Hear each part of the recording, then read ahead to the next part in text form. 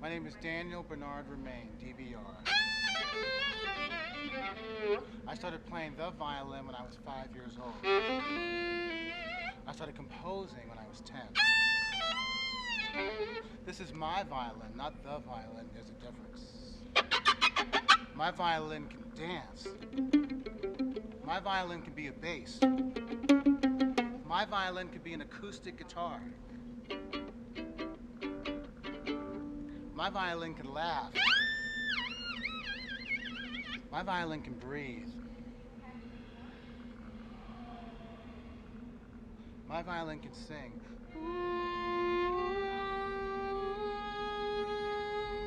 My violin can be an electric guitar. My violin can be a DJ.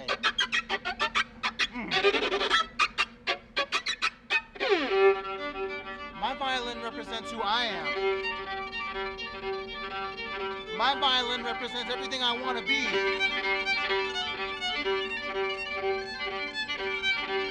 My violin is freedom. Freedom. Freedom. My name is Bernard Roumain. I started playing the violin when I was 5 years old.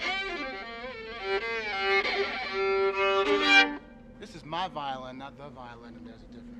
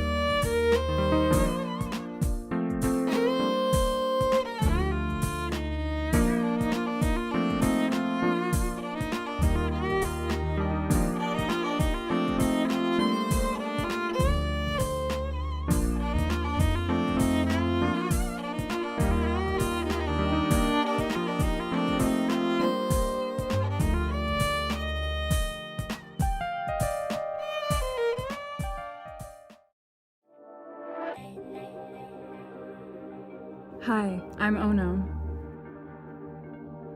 I'm an artist who takes many forms: animator, performer, and creative coder. I love collaborating creatively with machines, whether that's making digital collages, world building through 3D animation, or getting interactive with visual and musical programming. I am easily seduced by synthetic realities and their artificial presences. I dream of computer-driven audiovisual ecosystems where humans and other bodies are responding to each other playfully. And playfulness is becoming more important to me, just as important as tech as a media artist.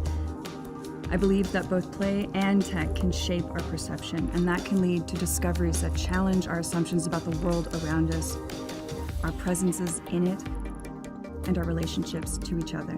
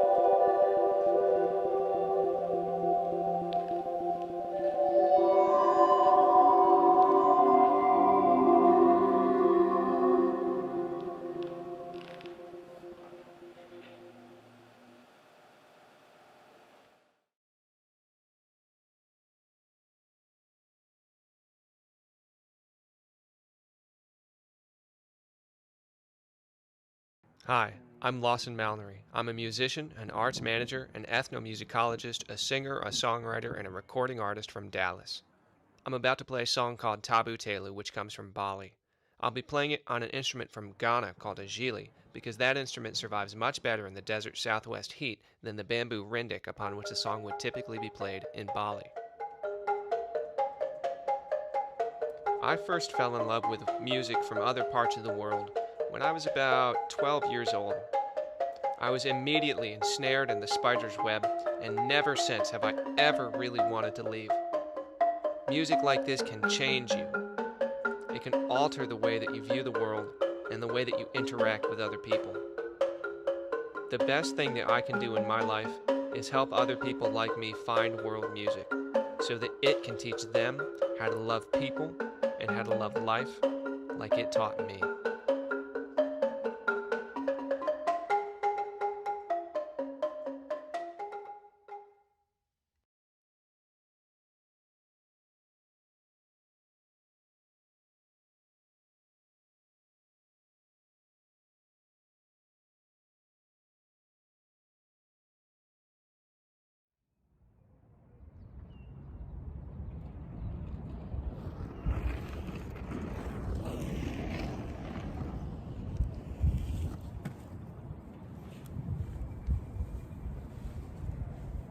I'm on skates, isn't that cool? Nobody cares? Oh, whatever. Hi, I'm Lawson. I'm an ethnomusicologist, an arts administrator, a singer, a songwriter, and a recording artist from Dallas, Texas, currently studying and working in Tempe, Arizona, home of the world-famous Arizona State University. You're about to hear a song that I wrote and recorded called 2001. I'm really proud of this song, really excited to finally get to show it off. But before we play it, I wanted to give everybody a little bit of context about the sounds that you're going to hear. A few of the sounds will be, hopefully, unfamiliar to many of you in the audience. So I wanted to just discuss what they are, give you an idea so that you have an image in your head, and give you some of the history about the instrument. The first that we'll start with is the ukulele. I love this instrument. It's one of my favorite in the world. Many of you are probably at least a little bit familiar with it, but if you are not an avid Wikipedia reader like I am, you might not know that the ukulele actually started out on islands outside of Portugal, where it was called the machete. Whoa. No, we're talking about this thing. But it was brought to Hawaii by Portuguese traders and settlers. And it was adopted and adapted into the instrument that we now know as the ukulele today. The beautiful, beautiful instrument played by the likes of Israel Kamakawiwa Ole and others is, I mentioned because he is definitely one of my inspirations and somebody that I think of when I pick up and play the ukulele. So I wanted to give a shout out to him. He is, so good. The other cool instrument I wanted to talk about is this, my favorite instrument, my favorite instrumental tradition in all the world. And I am an ethnomusicologist, so that means I study world music, so I know a few, but this one is great. The mbira from Zimbabwe. You'll see a lot of thumb pianos throughout Africa. It's spread across the continent in a bunch of different forms, but this form is the mbira zavadzimu of the Shona people of Zimbabwe. The name means great mbira of the ancestors, and it is a great instrument with a beautiful, complex, and diverse tradition, lots of different types of music that originated from the classical form. They've got a bunch of pop styles like chimaranga is a version that incorporates rock and roll instruments and sounds with classic mbira lines, or just using the instrument and creating new lines with it. It's very powerful and was part of the movement for independence in Zimbabwe in the 1960s, 70s, and on from there.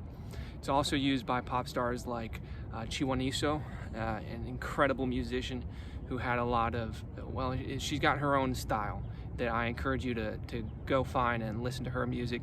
Well, that of Thomas Mapfumo. He was the godfather, you could say, of chimaranga, and just all of the great masters of the mbira that were recorded in the late 20th century by people like Paul Berliner. He's a big-time ethnomusicology researcher who's currently at Duke University. He wrote a book called The Soul of Mbira that talks all about this instrument. If you want to learn more, please ask after the show, or go look it up, or check out my website. I've got a little bit about this instrument and its tradition, and some of the other artists who have used it and who have inspired me with it. And before I let you go, I will just, I'll play the pattern that you're going to hear in the song so that you can see what's happening. And then we'll do it live. Not really.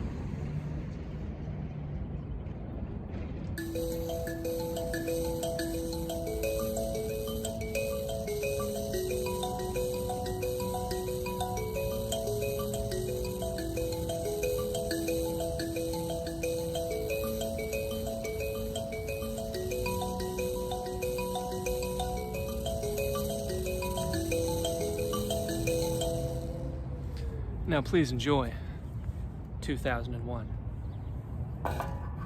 not a Space Odyssey.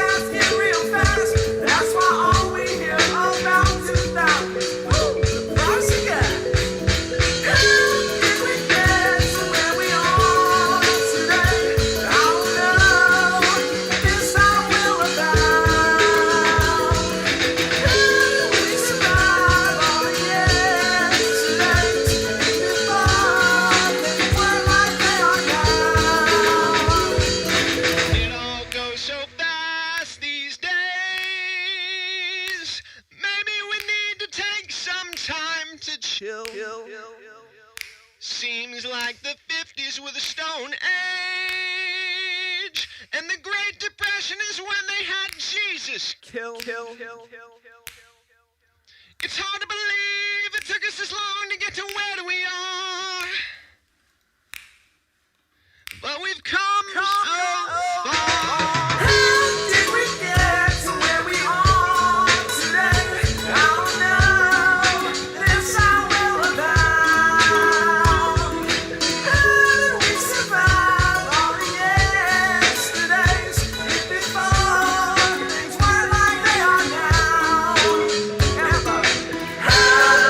Yeah.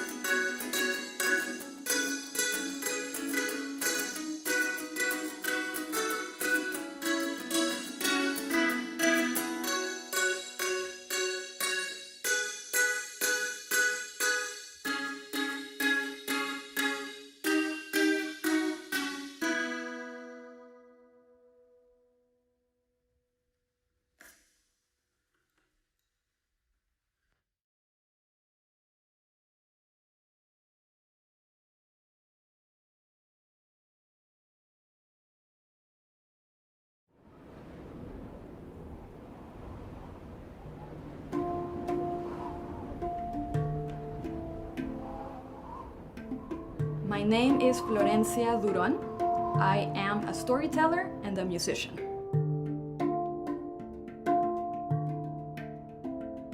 Music is my safe haven. My handpan, for example, is all accepting of who I am. It is sensitive. It is receptive. Music is a space where I can feel my feelings deeply and then channel them into rhythm and melody. I host a podcast where people share their stories and I accompany their stories with music. I wanted to create something that would touch people's hearts, and that's exactly what stories do. Stories touch the soul. A story contextualizes the other. It gives me, as a listener, a glimpse of someone else's reality that is pure and unfiltered by my opinions. I think stories help us understand what we share as humans.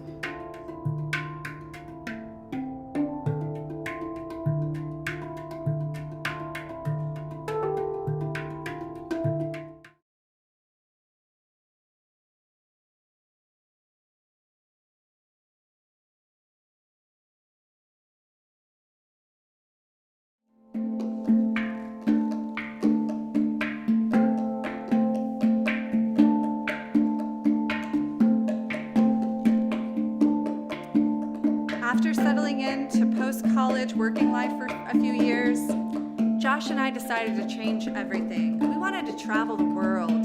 We worked hard to save up, quit our jobs, reduced our things, and put the rest in storage. We condensed our lives into our backpacks and set off on an epic adventure together.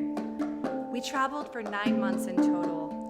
3 months in the US with 6 weeks on each side, visiting family and friends across the country. Then we spent 3 months in Europe and 3 months in Southeast Asia. As far as comfort zone pushing goes, this was a huge step into the unknown and learning how to adapt to situations and environments I couldn't control. Nearing the end of our trip, there was a time when Josh and I just couldn't be nice to each other. So we would go our separate ways for the day and meet up again at dinner. It was the first time I realized that I had a choice about staying in this relationship. I'd had complete tunnel vision up to that point, with a very linear view of my life path. When we got home from our travels, we found a place to live in Flagstaff again and started settling into normal life. But within a few months, we decided to go to Burning Man, which changed everything.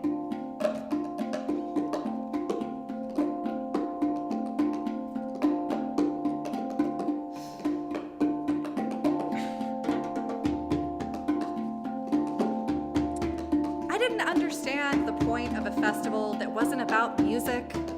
It sounded hard, like you have to bring everything yourself and there's no services or vendors. And it sounds dirty. Have you seen the photos of those white dusted hippies?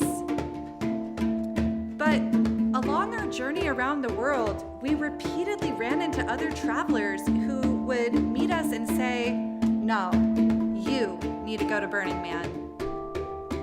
So we went. I read up everything I could before going and became more invested in the whole mission and culture behind it.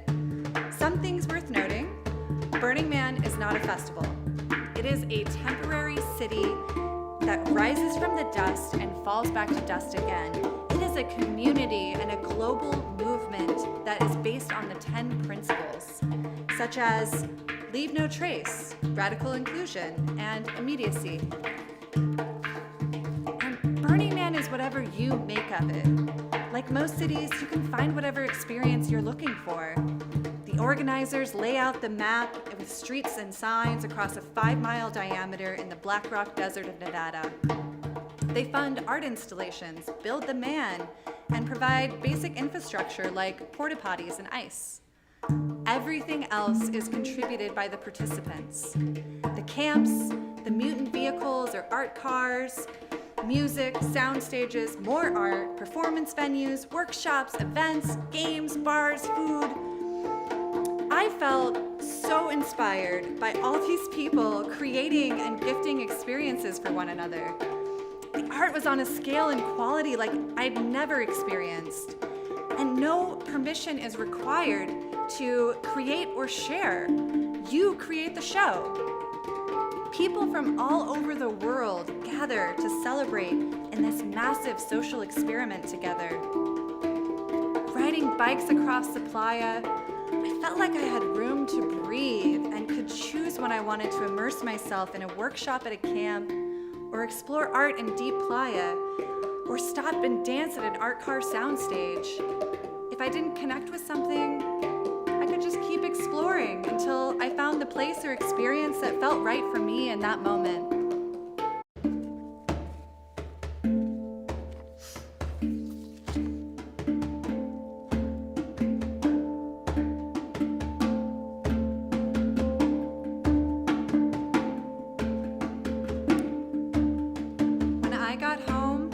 Was infected with creative inspiration. It was bubbling inside me, ready to explode.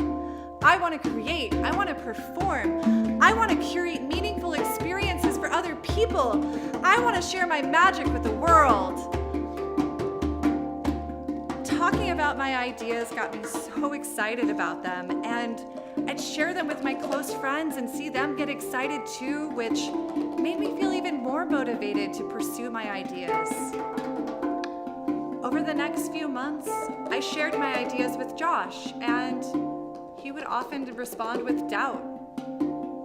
I said, "Josh, I want to learn how to swing dance.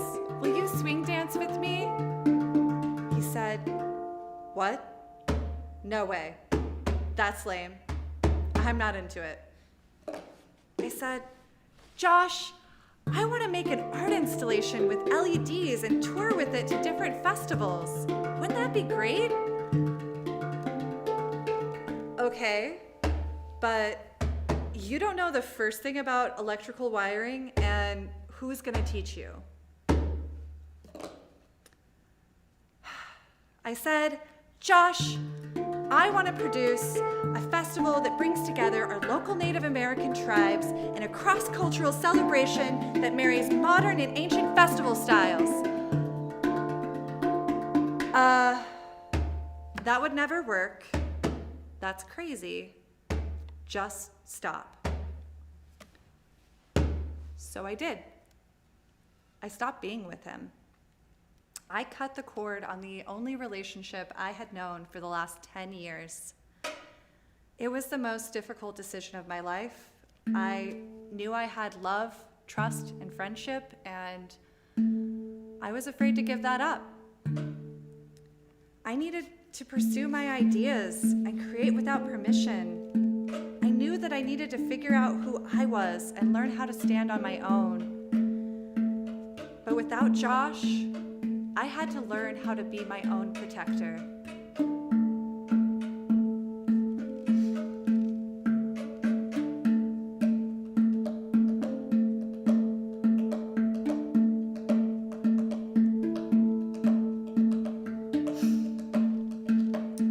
Within months, I joined the BZB, a vaudeville burlesque group called the Big Zona Burlesque.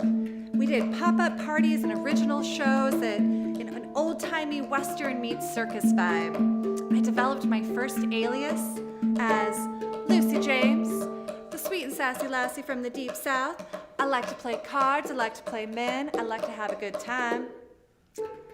I found freedom through character play, getting to step into a whole other version of myself, learning how to improv with people on the fly as a fearless, fame-driven femme fatale.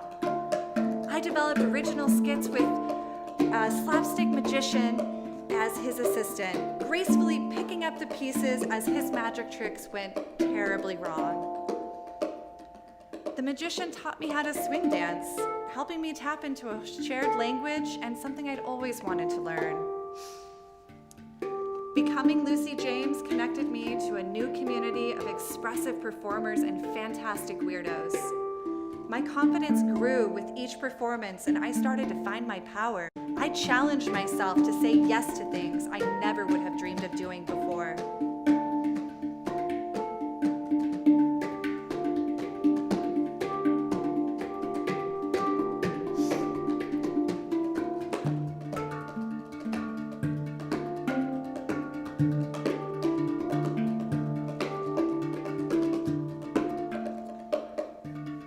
one day, I finished working on an art project I was super excited about. I completed the first step towards building an 8-foot-tall LED sculpture made with 49 bicycle rims. I felt on top of the world. So on my way home, I stopped by my local coffee shop and I see my friend Dia from the BZB. She comes up to me and says, "Malena, I need you to do me the biggest favor." I'm startled and intrigued, so I say, "Okay, what do you need? I've got you, girl." She grabs both of my arms, looks me right in the eyes, and says, "I need you to wear pasties and a thong and let people eat cake off of you in 2 hours."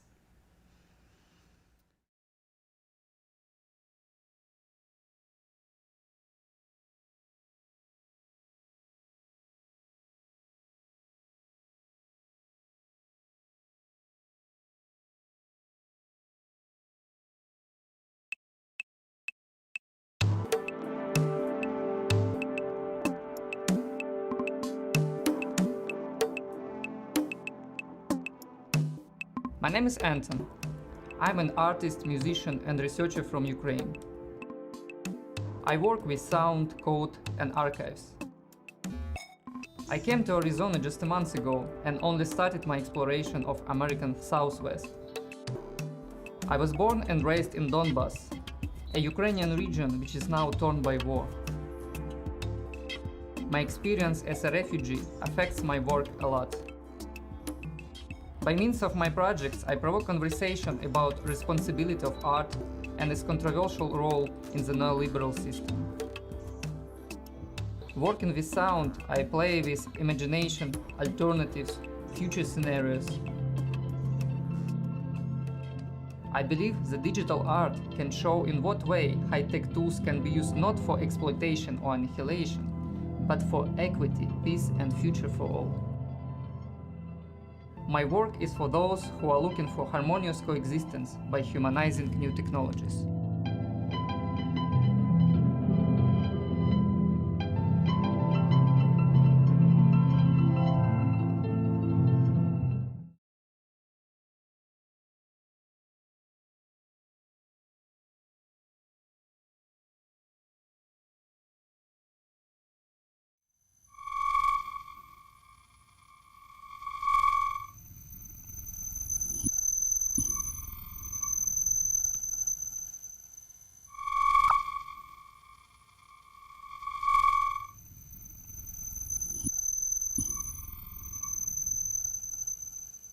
I'm harnessing a stream of audiovisual data to satisfy my compulsion to control.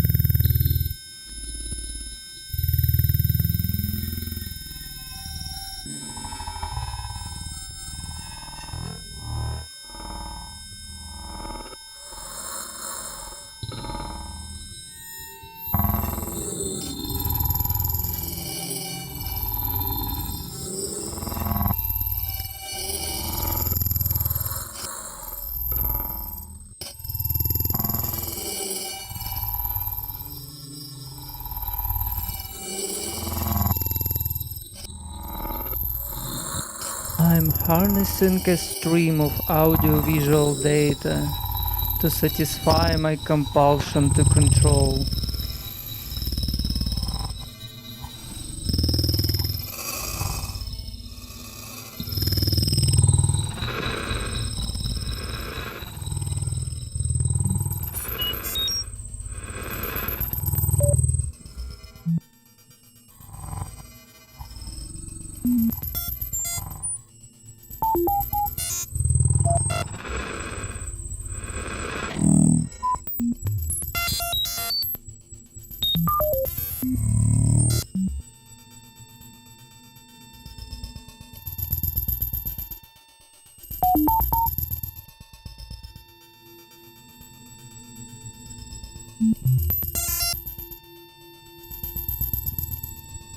I'm harnessing a stream of audio-visual data to satisfy my compulsion to control.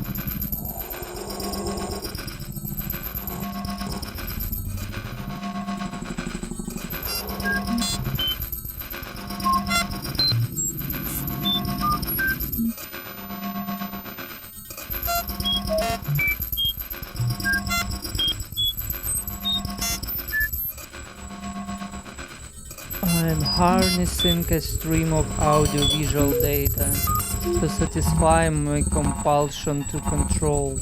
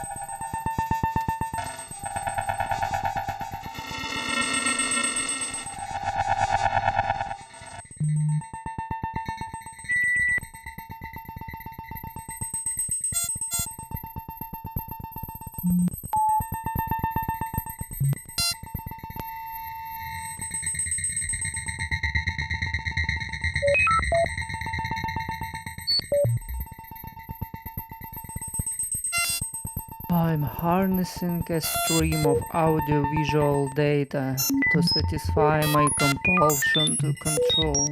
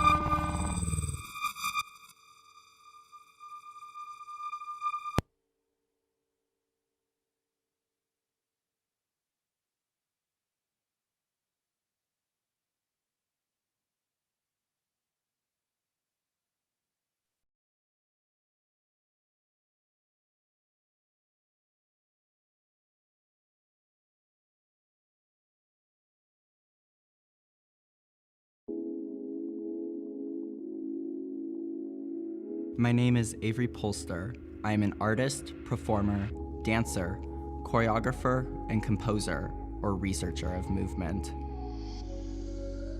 Active and curious performance is the vehicle, and my embodied dance training and movement knowledge, my queer and Jewish identities, and the delicate rawness of the human form is my language.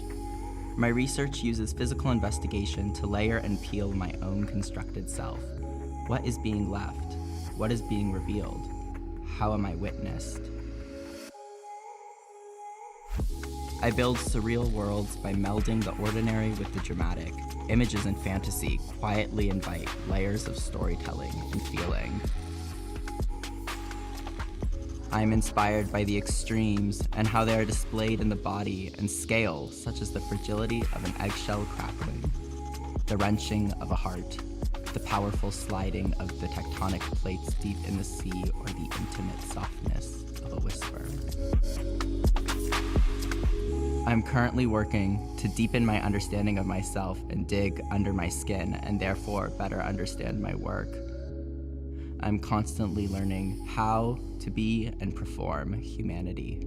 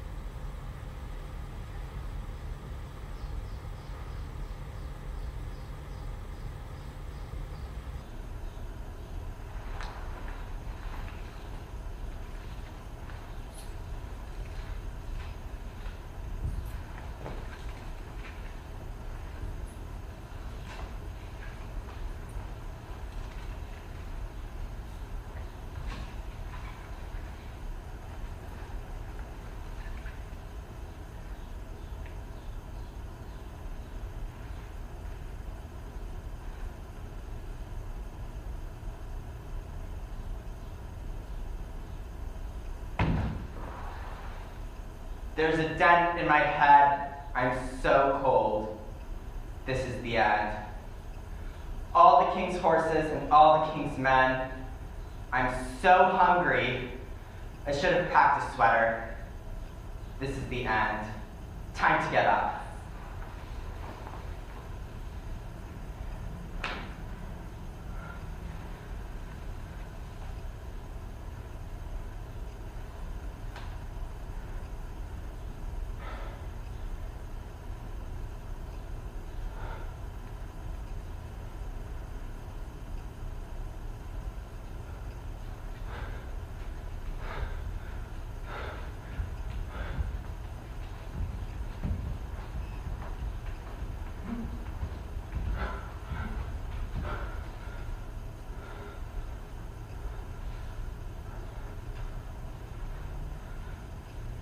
We have one bagel left, and it's pumpkin. There's a roach in the potatoes. It's 7:30. Can I please have the bill? This is the end.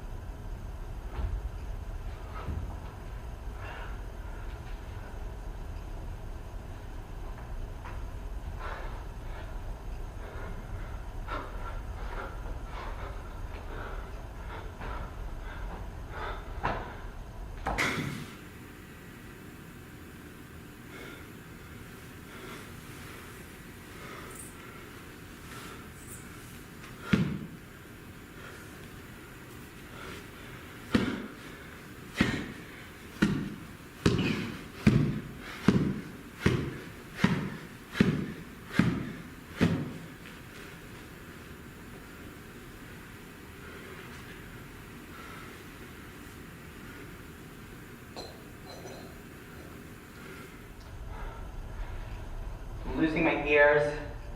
I'm losing my eyes. It's so dark. This is the end. My hips keep cracking. The Titanic is sinking.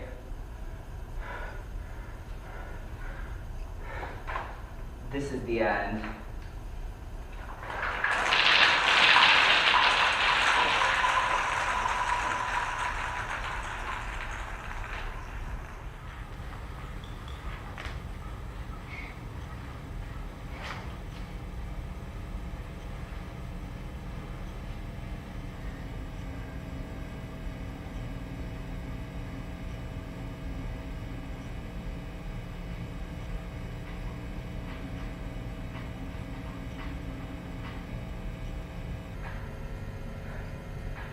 This is the epilogue.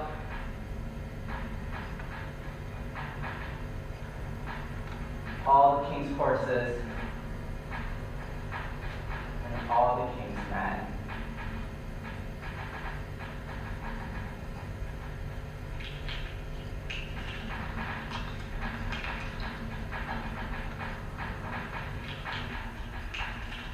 This is not a tragedy. This is the end.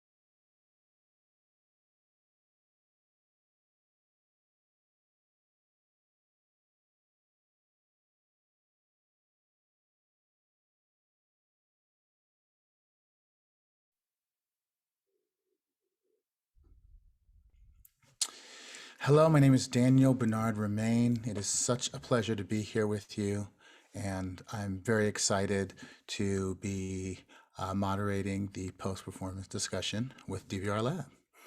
And I'd love to introduce everyone to you and everyone who were featured in tonight's online performance. So I'd love to bring in Jeff McMahon, Malena Grosz, who helped facilitate and co-teach the class. How you doing, Jeff? I'm well. Even better after finally seeing the whole show put together. I know, it's so great. It's great. Awesome. And Malena, our managing director and all-around guru for the lab. Malena, how are you doing? Man, I feel so happy just getting to see this whole collection of work coming together. Unbelievable, unbelievable. So I want to go ahead and introduce all the performers tonight. We have ONOH. ONOH, how you doing? I'm doing great. Thanks everyone for tuning in tonight. Awesome. Thank you so much for your work and for your brilliance. We have Lawson Malnory. Lawson, how you doing? I'm doing wonderful. How are you? I'm fine. So good to see you. And next to Lawson, we have Florencia Durón. Hello. Hi, everyone. Awesome to see you, Florencia. And we have Anton Lapov. Anton, how are you? Hello, I'm fine. Thanks. Awesome. Awesome. And of course, we have Avery Polster. Avery, how are you doing? Great. I'm glad to be here. Thank you, everyone, for watching. Awesome. Well, thank you. Really, in our lab, we don't use the word teacher or students. We use the word contributors because each one of these brilliant artists are contributors to a lab, a classroom, a campus, a world of ideas. And I think we all saw that tonight, and we all were witness to it tonight. Sorry, that is my son saying he dug the show, and he's 11 years old, and he should be sleeping right now. It's 11 o'clock here on the East Coast. Okay, so cool. So with that, we had a wonderfully engaged audience, and I wanted to start with ONOH, go circle right back. ONOH, could you tell us a little bit about your work? I found it to be riveting, playful, complex, all-encompassing, immersive for you and for us. Can you tell us a little bit about your work and what was the process of putting it together? Sure. In a minute to talk about my work and the process for putting it together. I am becoming more and more of an interactive artist. I started graduate school as a solidly digital and comfortable theatrical artist and performance artist, but really it's been about merging those two art forms into a cohesive new thing for myself. So that's been the interest in sort of blending visual generative programs with my own musical compositions, which has been a big surprise in the last year, how much I've composed musically. So that's been a huge and pleasant surprise to me. The process of making this work, I think all artists, we produce in order to testify to the amount of knowledge and skill that we're acquiring. This year, I've been able to learn programs like Touch Designer and Ableton, which supplied all the audiovisual information that you guys experienced this evening. And so I really wanted to make a piece that was a testament to those new skills that I learned. But I'm constantly thinking about how can I blend these boundaries or merge these fields of being a technician or a designer versus being a performer. So strapping these components like a MIDI controller to my body and bringing that away from the sidelines and into the center part of the stage with me is something that I really wanted to achieve with this work. And I think that I did. You absolutely did. I found the work to be riveting. Malena, I know you had a lot of thoughts on this work too. What are some of your thoughts on ONOH's work? It was incredible to see this piece evolve and musically as well, where I feel like last semester it was still a little bit more abstract and this really felt like an orchestra to me. So it was beautiful to see the evolution of this piece. Thank you so much. Thank you.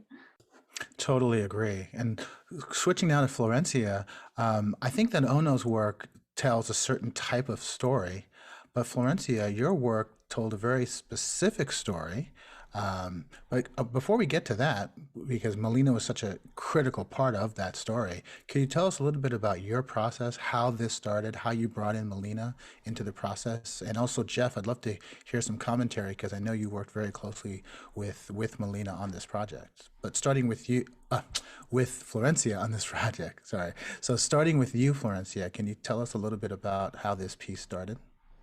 Yeah, it started as an invitation. I sent out an invitation to people, which I typically do. I send out an invitation saying, hey, who would like to collaborate? Because I do love collaboration. It's so much fun.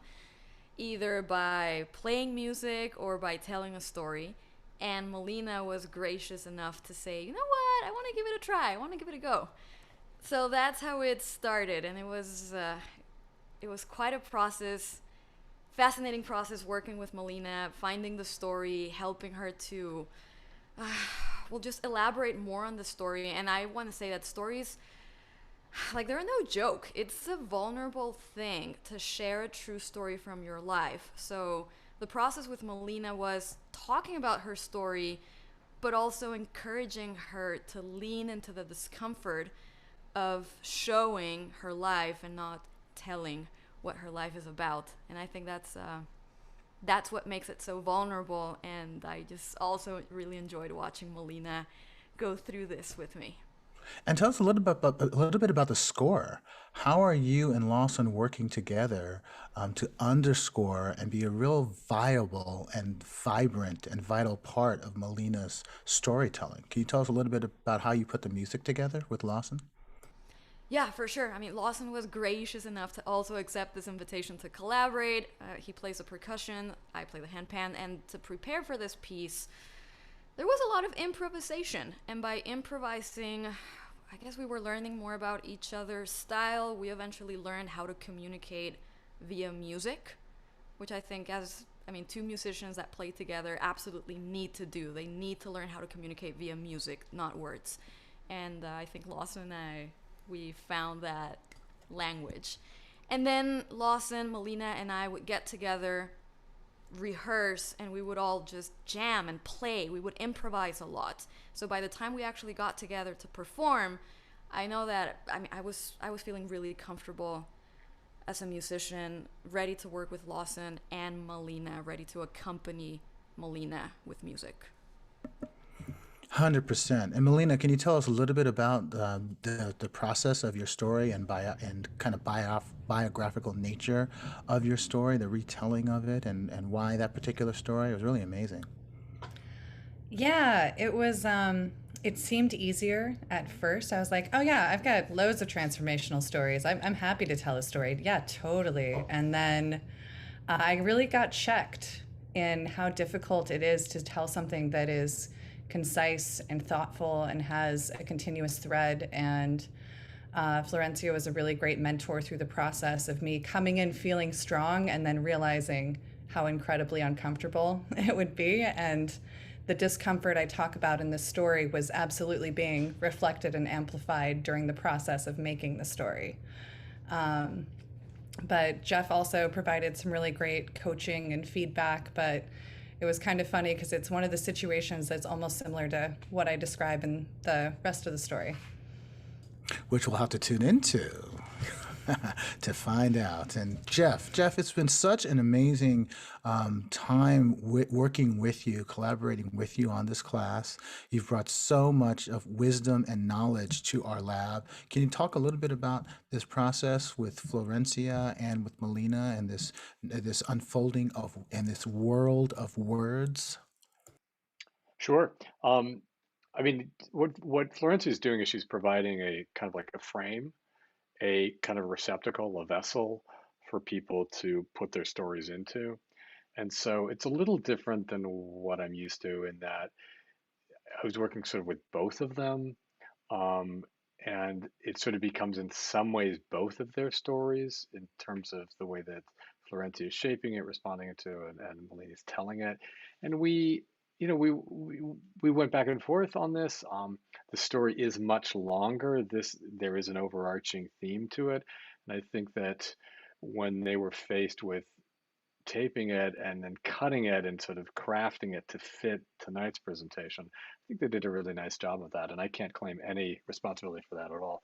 So, although I'd like to, but I can't.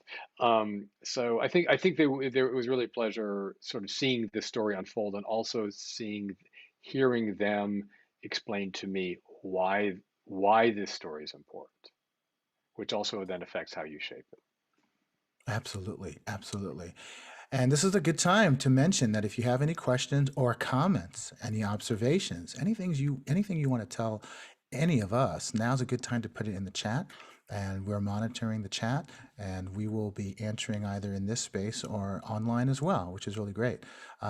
So I'd love to pivot now to Anton, actually. Anton, your work was also a kind of story, a kind of unfolding, incredible sound, incredible performance, incredible use of technology, and even the space. Can you tell us a little bit about the process of well, your piece told us so much about it, but can you tell us the backstory of where you were, why this piece, the selection of the text that you were kind of recanting into the microphone and replaying in the microphone, and how you're putting it all together? It was just absolutely brilliant and really riveting and engaging. Thanks. Thank you, Daniel. Basically, sorry, I started from the idea how to avoid limitation of different musical tool, because yeah, my first background is computer musician, and I'm constantly faced with limitation of different musical sequencer, and for me, like technical task was to create kind of new tool which at first I can use. But for me, it's also very important that this tool can be very widely accepted. And I suppose that maybe my explanation play a little bit, but sure, I need to work more toward this. But in general, my work is also about reflection about my self-process of creation, especially working with digital tools. And because digital technology mediating my artistic means, and also it's like create different meaning, and for me it's also meditation, I could say, about control and entropy, and that's why maybe I try to create more absurdistic kind of approach, repeating the same phrase. But also I suppose maybe some of you feel some kind of self-irony because I'm kind of, yeah, each time I'm trying to create things and trying to build something like system of fully controllable stuff, and then something like goes wrong, and this glitch in the system that perfectly what I'm looking for, to be honest. Well, I think your music is really a soundtrack to our time in so many ways. I mentioned something about you turning digits into desire. I found myself tonight listening to your music from a new perspective, almost as though it was romantic.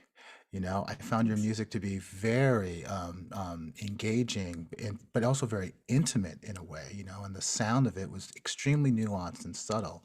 And can you talk a little bit about that? I mean, how would you describe your art making in a few words if you had to?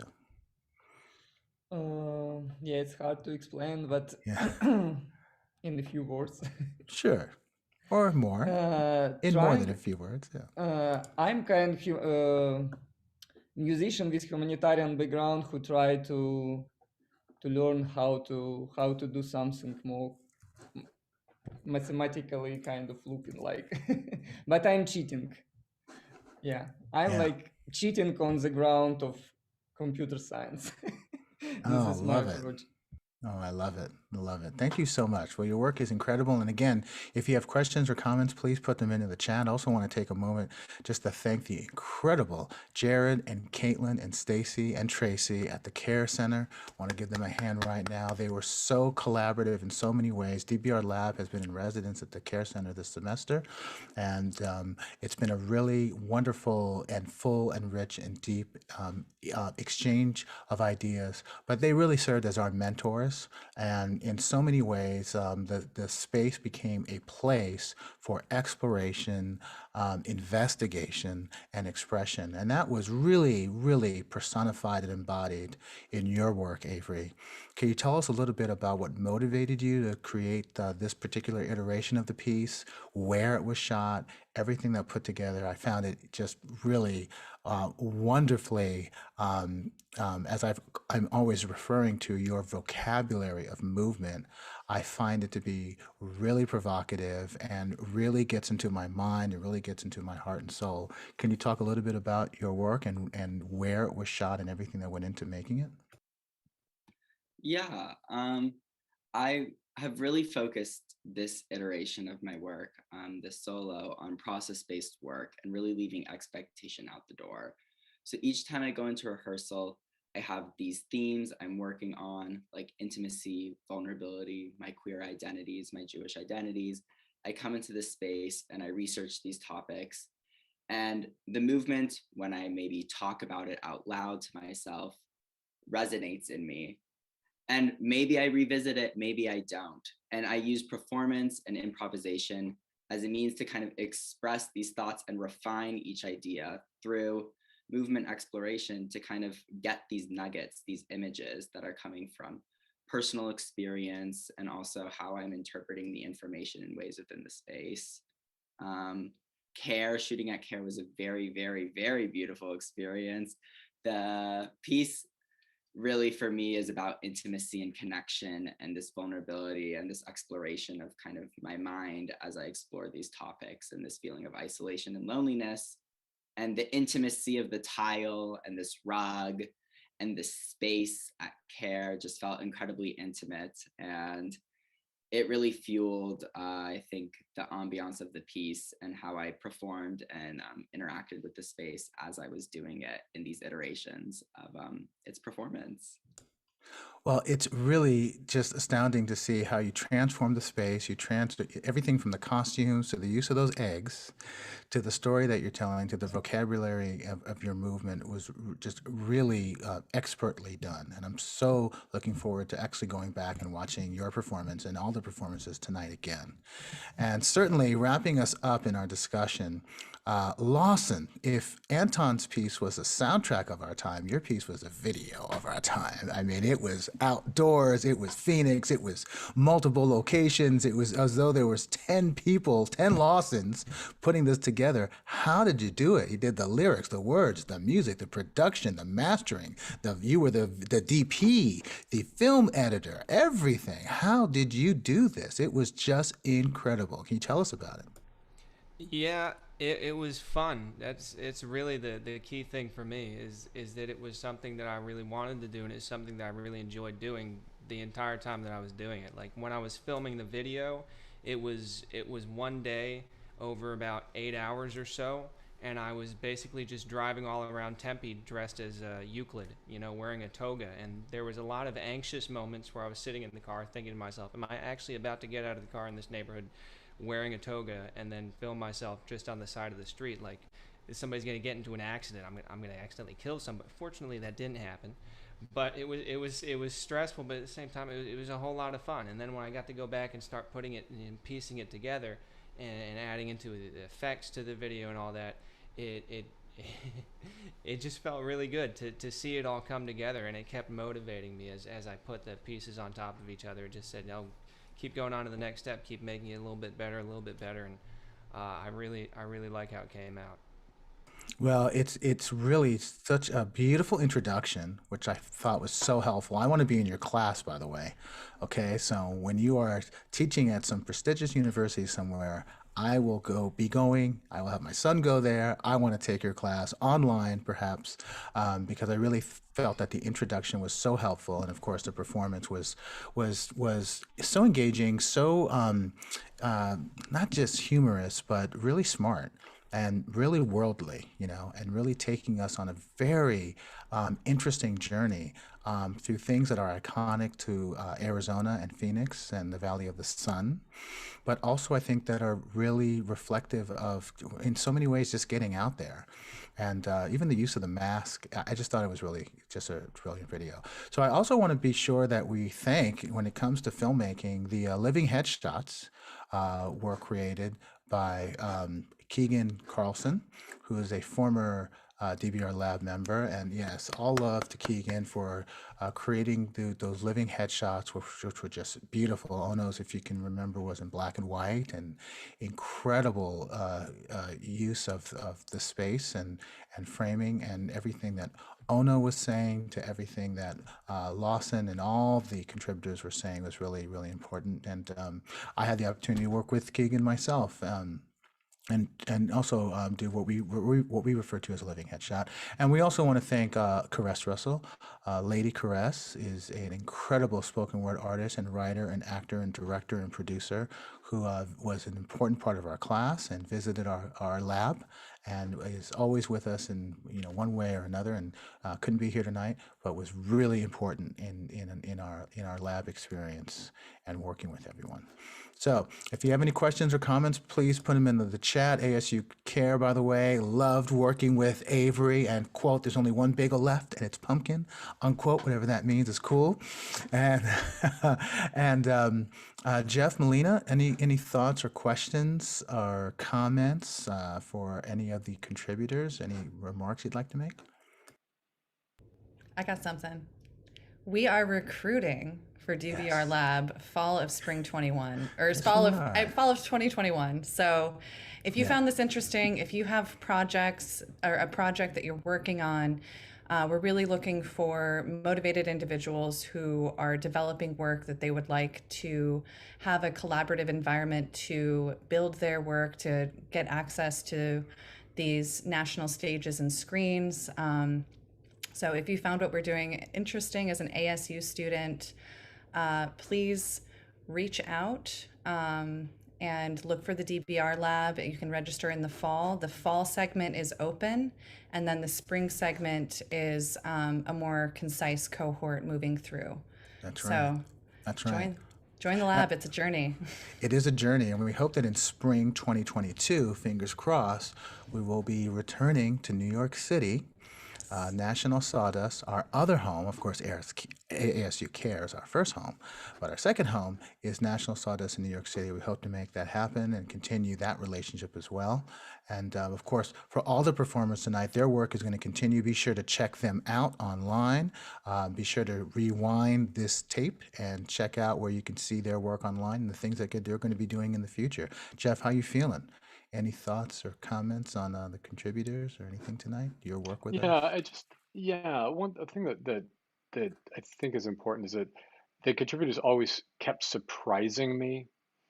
It wasn't predictable. Sometimes it was a little fraught, but it was like, you're going that. You're going that direction, and that's really interesting. And I think that the lab is very conducive to that. It gets a little nail-bitey at times, because we're just not quite sure, like, where's it going to be at by the final thing.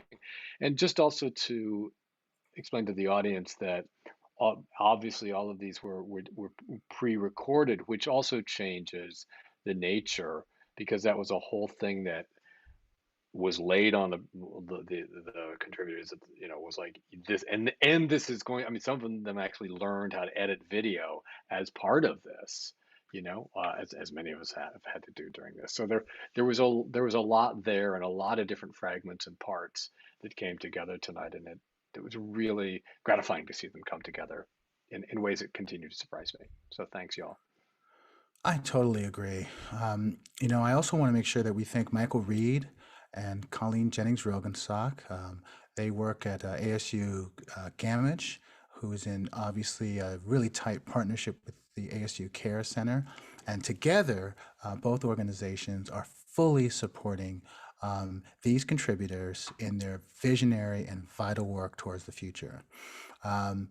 I just wanted to say a few words, and then Malena, I think you should close us out. Yes, the lab's going to be in the fall, which will be wonderful and inviting, and Jeff will be with us, and we'll select a few projects to move forward into 2022 and hopefully return to New York City. I think that what's on my mind right now, I've been thinking a lot about this notion of lying and the lie and the big lie. And I realized that tonight how much truth there was in the room. And the massive truths being told. And I think truth leads to repair, which leads to rehabilitation, which ultimately will lead to reconciliation.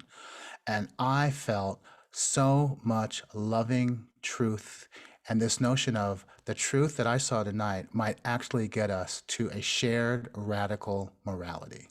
And that is the one thing that I hope we will be able to accomplish as a community of artists, where this isn't the world as it is, but I'm looking at the screen right now, and this is the world as I would love it to be. Beyond race, beyond gender, beyond culture, there's a shared truth here.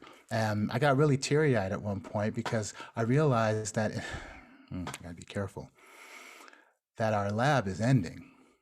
And I really love you, Lawson, and I love you, Florencia, and I love you, Anton, and I love you, Avery, and I love you, ONOH, and I have to be able to say that. And I love you, Malena. And with that, if you could close us out, Malena, that would be great. Absolutely. Thank you, everyone, for joining us this evening. Thank you to all of our contributors for bringing it. Y'all were so committed all semester. We rode through those waves together and really lifted each other up when we needed to, and that is what this lab is all about. So I hope Avery just graduated, so congratulations to Avery for completing his BFA in dance. Yes. And real quick, I love you, Jeff. I think I left that, Jeff. I love you, Jeff. Sorry. Keep going, Malena. So we want to wish Avery well in his new ongoing journey and adventure. And what's amazing about the lab is that people continue to collaborate. So, the founding lab members who started in 2018 are still producing work together. Olivia and Melanie, they just got granted a New Box grant to be working together. Melanie was part of our lab last semester. So that's, I just got goosebumps. It's so exciting to be able to create this kind of generative work, especially at a time when we're so separated. So thank you all so much, and wishing you well. Awesome. Well, that is our performance tonight. That is our lab. That is our class. Please take care of yourselves, everybody. Stay healthy, stay vigilant. We need you. We love you. May the universe bless you. And we always hope to see you. Bye-bye now. Thank you.